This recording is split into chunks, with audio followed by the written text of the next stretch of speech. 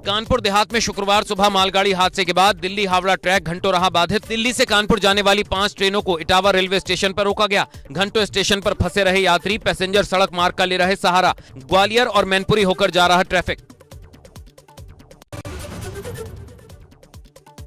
लखनऊ के सरकारी अस्पतालों में डेंगू के वार्ड फुल। अस्पतालों में खोलने पड़ रहे हैं अतिरिक्त डेंगू वार्ड। रोजाना जांच में औसतन मिल रहे हैं 25 मरीज। केजीएमयू, लोहिया संस्थान, भाऊराव देवरस अस्पताल में कई डेंगू के मरीज।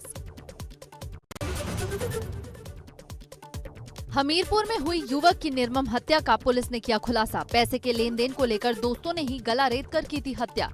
शव को खेतों में फेंक कर हो गए थे फरार। पुलिस ने दोनों दोस्तों को गिरफ्तार कर जेल भेजा।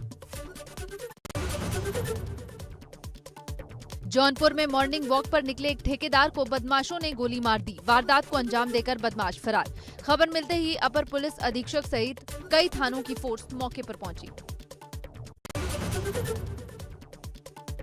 जेईई एडवांस 2021 का रिजल्ट हुआ जारी। ये परीक्षा Indian institute of technology Kharagpur द्वारा आयोजित कराई गई थी। छात्र आधिकारिक वेबसाइट jeeadv.ac.in पर अपना रिजल्ट चेक कर सकते हैं। पीएम मोदी ने सूरत में किया हॉस्टल फेज 1 का भूमि पूजन। कहा, लोगों की सेवा करते हुए 20 साल हुए पूरे। करीब 500 छात्राओं के लिए दूसरे चरण के छात्रावास का निर्माण अगले साल शुरू होगा। बरेली में मंत्री रेखा आर्या ने पति पप्पू गिरधारी के साथ खेली होली। बरेली के वनखंडी नाथ परिसर में कल खेली फूलों की होली। रेखा आर्या के पति पप्पू गिरधारी बने गोपी। होली खेलते हुए रेखा आर्या और पति पप्पू का वीडियो वायरल। केंद्रीय गृह मंत्री अमित शाह का दौरा फिलहाल के लिए टला। अब 29 और 30 अक्टूबर को उत्तराखंड आएंगे अमित शाह। बिजी शेड्यूल के वजह से गृह मंत्री के दौरे में फेरबदल। पहले 16 और 17 अक्टूबर को प्रस्तावित था गृह मंत्री का दौरा।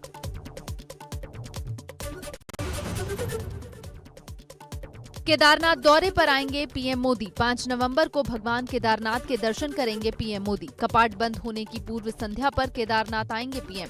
भाजपा प्रदेश अध्यक्ष मदन कौशिक ने दी जानकारी। आगामी विधानसभा चुनाव में वोटिंग परसेंट को बढ़ाना जिला प्रशासन पौड़ी के लिए बड़ी चुनौती बना। जिला प्रशासन ने मतदाताओं को अपने मताधिकार का प्रयोग करने के लिए अभी से जागरूक करना शुरू किया। गंगोत्री धाम के कपाट बंद होने का समय निर्धारित। 5 नवंबर को गोवर्धन पूजा के दिन बंद होंगे गंगोत्री धाम के कपाट। सुबह 7 बजे 51 मिनट से 9 बजे तक होगा पूजन। मां गंगा की डोली का श्रृंगार और पूजन किया जाएगा। सुबह 11:45 पर बंद किए जाएंगे मां गंगा जी के कपाट। 6 नवंबर को भाई दूज के दिन मां गंगा अपने शीतकालीन प्रवास में होंगी विराजमान। जोशीमठ में बद्रीनाथ धाम के कपाट बंद होने की तिथि घोषित। 20 नवंबर को होंगे बद्रीनाथ धाम के कपाट बंद। बद्रीनाथ मंदिर में सभा मंडप पर किया गया कार्यक्रम का आयोजन। हक हुकूकधारियों को पहनाई गई अगले साल के लिए पगड़ी। भारतीय सशस्त्र सेनाओं के बीच समन्वय और क्षमता में वृद्धि के लिए बनाया जा रहा है road map. Chief of defence staff general Bipin Rawat ने कहा कि भारत अपनी सशस्त्र सेनाओं का पुनर्गठन कर उनका आकार छोटा करना तथा अधिक प्रभावी बनाने की प्रक्रिया में है। सीबीएसई की ओर से वीर गाथा प्रोजेक्ट की शुरुआत की गई। इसके तहत जो छात्र वीरता पुरस्कार विजेताओं पर सर्वश्रेष्ठ परियोजना तैयार करेगा, उन्हें 26 जनवरी 2022 के दिन सम्मानित किया जाएगा। भारतीय नौसेना का मालाबार युद्धाभ्यास बंगाल की खाड़ी में चल रहा है। नौसेना अध्यक्ष एडमिरल करमबीर सिंह ने अमेरिका के नौसेना प्रमुख के साथ निमित्ज क्लास के aircraft carrier USS Carl Vinson का जायजा लिया। ग्रेटर नोएडा के साइट 4 में श्री राम लीला कमेटी ने इस बार 30 फीट कोरोना के पुतले का किया दहन, तो वहीं 35 फीट के रावण के पुतले का दहन किया गया। इस बार कोविड के चलते सिर्फ दशहरा महोत्सव में रावण और कोरोना के पुतलों का दहन हुआ। रामलीला का मंचन के दौरान बच्चों ने की विशेष प्रस्तुति।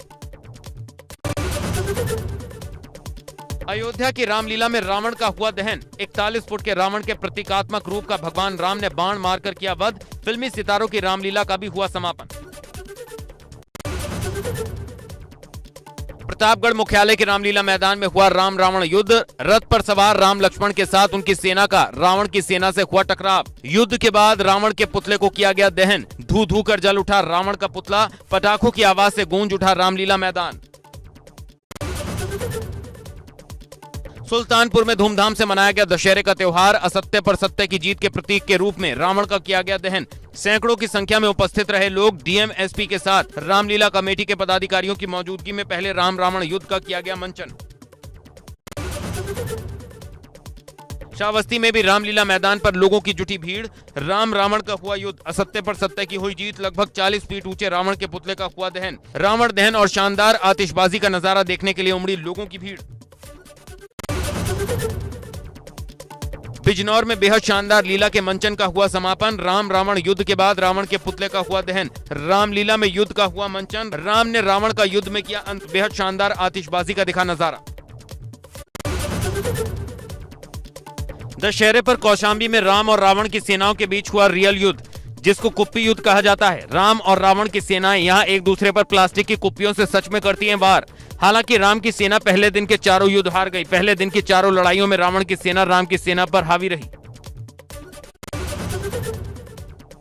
कोटद्वार के ग्राशनगंज ग्राउंड पर स्थानीय कारीगरों द्वारा बनाए गए रावण के पुतले का किया गया दहन। सुरक्षा के किए गए पुख्ता इंतजाम। पिछले साल कोरोना काल की वजह से नहीं किया गया था रावण का दहन। सीमित लोगों की मौजूदगी में हुआ रावण का दहन। रुड़की में भी विजयदशमी के अवसर पर रावण के पुतलों का किया गया दहन। नेहरू स्टेडियम में रावण के साथ कोरोना का पुतला भी जलाया गया। दशहरा मेला में लोगों की उमड़ी भारी भीड़। नेहरू स्टेडियम में रावण के 70 फीट और कोरोना के 35 फीट ऊंचे पुतले का हुआ दहन। वाराणसी में विजयदशमी के दिन महिलाओं ने सिंदूर खेला की रस्म की अदा। विजयदशमी पर्व भी मनाया। मूर्ति विसर्जन के लिए मां की विदाई से पहले सिंदूर खेलती हैं महिलाएं। अपने सुहाग की लंबी उम्र की मांगती हैं दुआएं। सिंदूर खेलकर नारी शक्ति को दर्शाती हैं महिलाएं। रायबरेली में नवरात्रि के 10वें दिन दुर्गा माता की मूर्ति का किया गया भव्य विसर्जन। नदियों में प्रदूषण न फैले, इसके लिए पुलिस प्रशासन ने किए पुख्ता इंतजाम। नदियों के बाहर गड्ढे खुदवाकर उसमें पानी भरवाया गया, जिसमें मूर्ति विसर्जन की अनुमति दी गई। उत्तराखंड के नैनीताल में 5 दिवसीय दुर्गा पूजा महोत्सव के बाद नम आंखों से दी गई मां को विदाई। बेहद सादगी के साथ आयोजकों ने कोविड प्रोटोकॉल का पालन करते हुए भक्तों के दर्शन के लिए उचित व्यवस्था की। दशहरे पर कानपुर में गूंजे जय लंकेश के नारे। खुले 153 साल पुराने रावण के मंदिर के कपाट। दूर दूर से पहुंचे भक्तों ने विधि विधान से की पूजा। महाज्ञानी से मांगा ज्ञान का आशीर्वाद।